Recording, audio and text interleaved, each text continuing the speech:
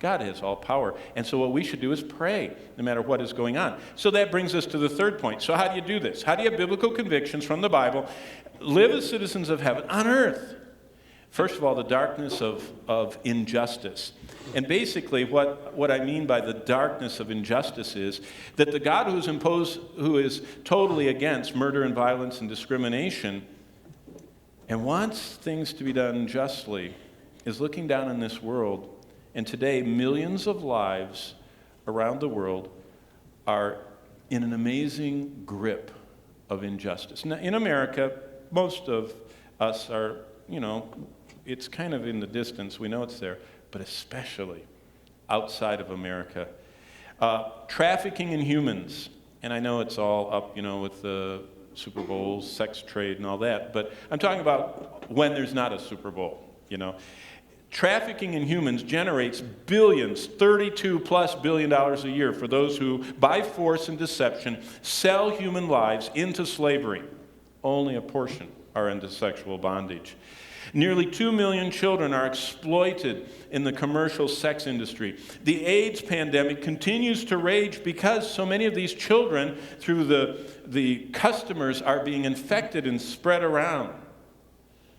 And then, on other realms, the land rights. Our own Rush and Marcia Baugh, the working down with the grannies.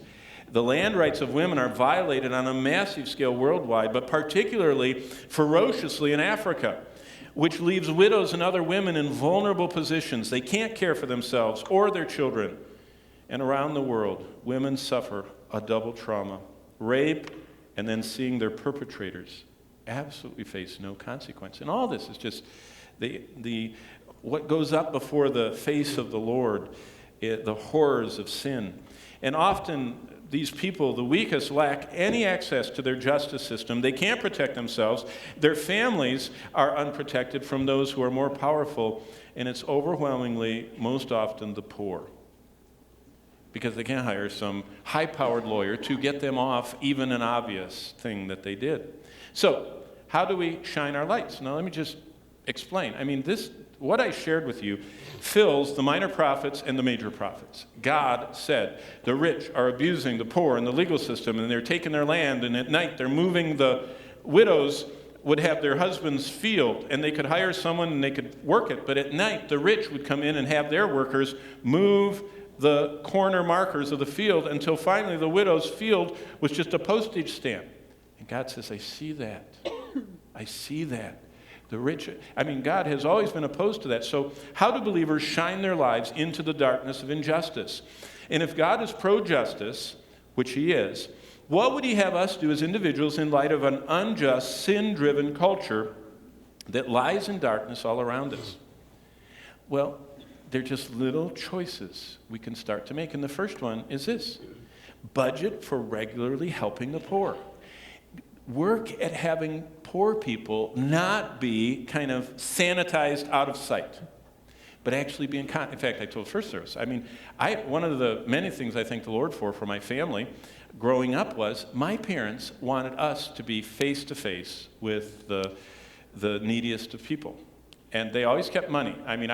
In my mind, I can see the teacup on my mother's high shelf where she always had money up there. And if she ever thought anybody was needy, I would see her up there getting money out. I say, what are you doing? She says, I saw a family in church this morning. She says, and I could see their socks through the bottoms of their shoes, and she was up there getting her money out, Well, that affects children, to see their parents. My dad worked.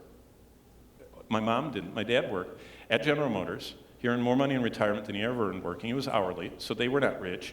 We lived in a postage stamp size house, 3 kids in bunks going up the wall. It was just like this, And yet they were giving money away. That affects people, children. See that? They didn't just do that. We all had to work at the mission, the Lansing City Rescue Mission. I think I was born there. I went there constantly. If we weren't washing the dishes, I was ladling soup. If we weren't ladling soup, my mother was picking up the filthy sheets. Do you know what street people's sheets are like?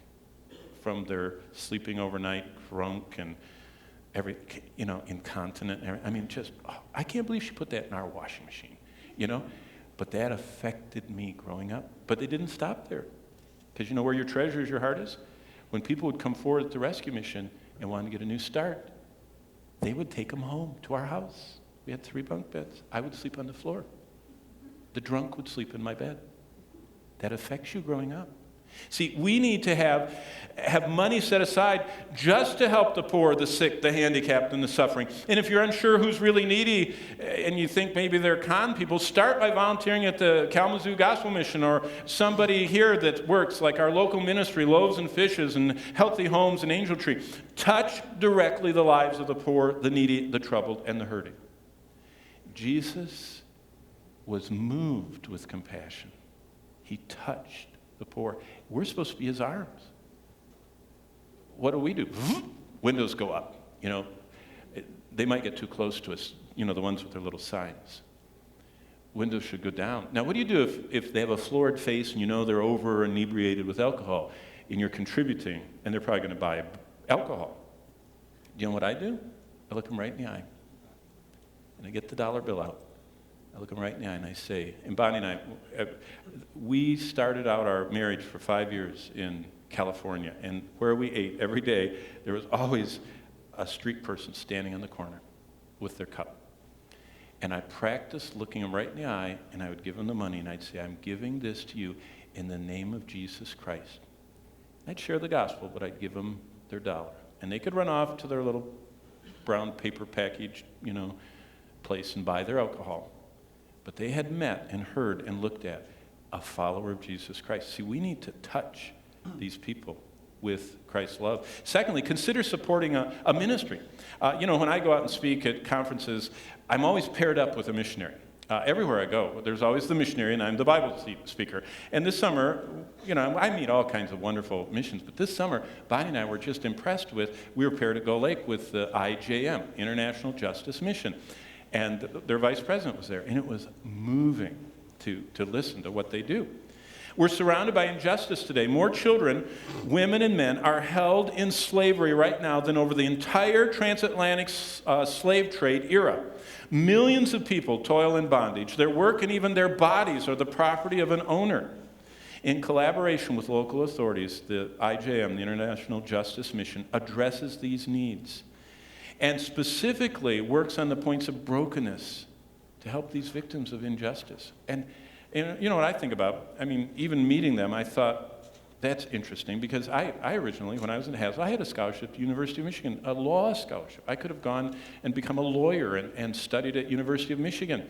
And I always thought about that. I thought how I could have gone into law, but how would I have done that? Gone to Goldman Sachs and been a 7-figure person? Or go to one of these ministries. And though you can't live, in a penthouse and have a cabin cruiser, in your mind you'll have the pictures of all the people that you have rescued in the name of the Lord. Which do you think's worth more in heaven? Making $9 million a year, or making far less and rescuing what Christ would do? And then another idea is always using our most powerful tool, praying.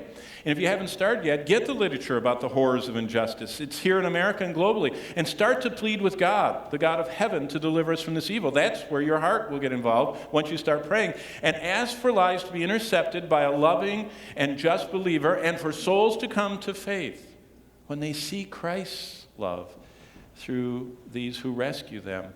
And just think of it as another way to take someone with you to heaven. And that's how we need to be.